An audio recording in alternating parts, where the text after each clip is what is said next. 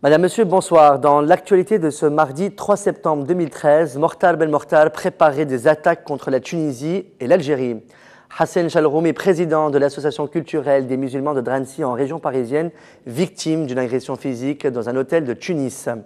Hamza Al-Balloumi et Sofiane Belfarha démissionnent de Nesma TV. Et à l'étranger, l'ONU vient d'annoncer que le nombre de réfugiés syriens dépasse désormais les 2 millions. Des sources sécuritaires algériennes ont dévoilé à Mosaïque FM que le terroriste Mokhtar Belmokhtar, connu sous le nom de Lawar, serait sur le sol libyen en train de chercher des armes et de préparer des attaques contre la Tunisie et l'Algérie. Une étude réalisée par la Chambre tuniso-allemande en août dernier a révélé que la crise politique actuelle a affecté environ 63% des entreprises allemandes actives en Tunisie.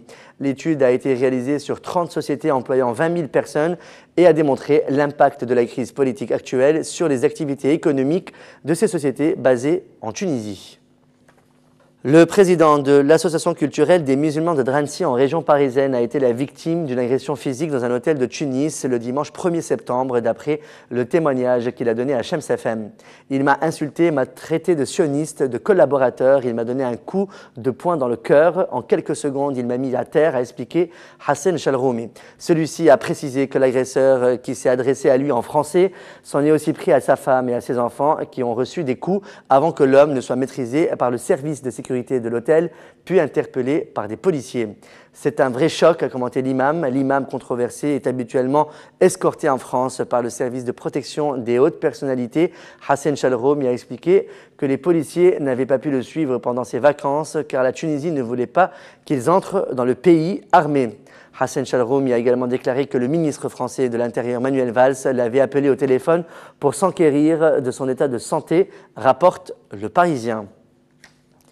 Les deux journalistes Hamza Al-Balloumi et Sofiane Belfarhat ont présenté leurs démissions respectives de la chaîne de télévision Nesma TV dans la journée du lundi 2 septembre 2013. Contactés par une radio, les deux journalistes ont expliqué que ces démissions sont causées par le manque de communication avec la direction de la chaîne malgré tous leurs efforts.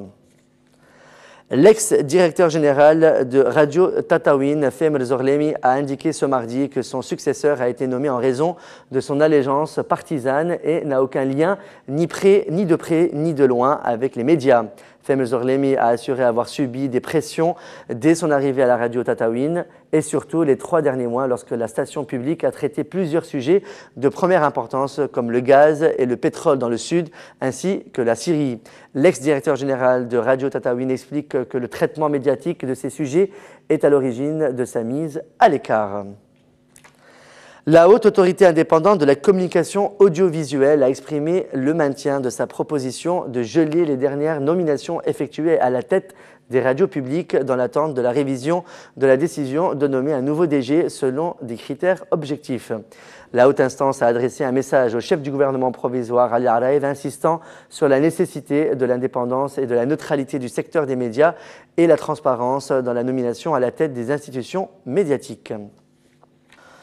La deuxième édition du Salon de l'étudiant Student 2013 aura lieu du 4 au 6 septembre au Palais des Congrès à Tunis. Plus de 10 000 visiteurs sont attendus à ce rendez-vous qui regroupera des universités privées tunisiennes et étrangères, des centres de formation et des entreprises à la recherche de jeunes compétences, selon les organisateurs.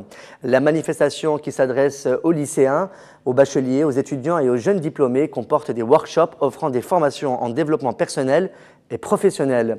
D'autre part, nous apprenons que la Foire internationale du livre de Tunis 2013 se tiendra du 25 octobre au 3 novembre prochain.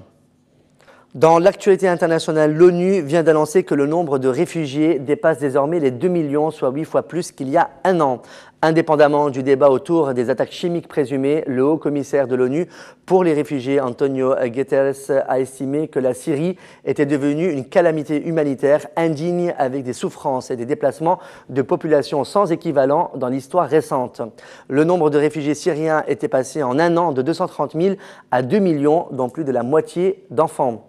En détail, à la fin août, les Syriens enregistrés comme réfugiés ou en attente de l'être étaient 110 000 en Égypte, 168 000 en Irak, 515 000 en Jordanie, 716 000 au Liban et 460 000 en Turquie. Une trentaine de personnes blessées, plus de 200 maisons endommagées, des bâtiments complètement balayés et environ 30 000 foyers privés d'électricité. C'est le bilan de la spectaculaire tornade qui s'est abattue sur Koshigaya, ville située dans la banlieue nord de Tokyo. C'est la fin de ce journal. Merci de votre fidélité. On se retrouve demain soir pour une nouvelle édition.